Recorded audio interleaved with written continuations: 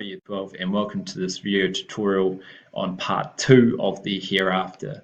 So last lesson what we looked at is the idea of the hereafter, where a Muslim follower dies, they're buried in their grave, and then their actions and decisions that they've made in their life influences whether they go to paradise or to hell. But they won't go to those places until the day of judgment. And I just want to provide a bit more detail around this time of the hereafter. So our goal for today is to actually go into more depth about what actually happens in the hereafter. So during the hereafter, the soul is reunited with the body, and the individual is visited by two angels in their grave. These angels are told by Muhammad to be called Munkar and Nakir. Now these angels will ask the individual in the grave 3 questions to judge their faith. And this will determine whether they go on to paradise or whether they go to hell. Now the 3 questions that Munkar and Nakir answer the individual in the grave is, who is your Lord? What is your religion? And who is your prophet?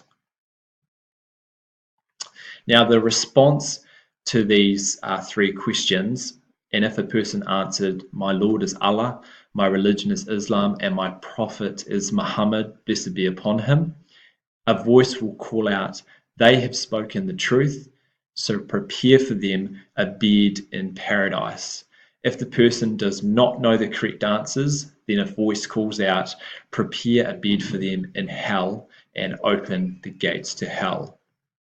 So the questioning confirms what a person has understood since the moment of their death, and good will be rewarded and evil will be punished. So reward or punishment are real key motivators for how a Muslim should live throughout their life based on the 5 pillars which we've looked at.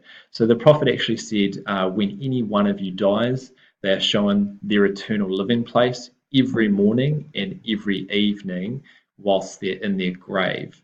So if they are people of paradise, then they are people of paradise. If they are people of hell, then they are people of hell.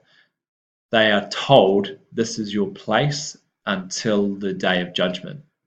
So during this time, while they're in their grave, they're seeing this every morning and evening where they will be going. So they haven't actually reached paradise yet. They haven't actually reached hell yet, because we're still waiting for this day of judgment. So we're still in the time of the hereafter. So key point here is that it's death hereafter, which we've covered here, and then in our following lesson I'll introduce you to what happens during this day of judgment. Let's review our key learning for today. Have we identified, and can you identify, some key aspects of what occurs in the hereafter?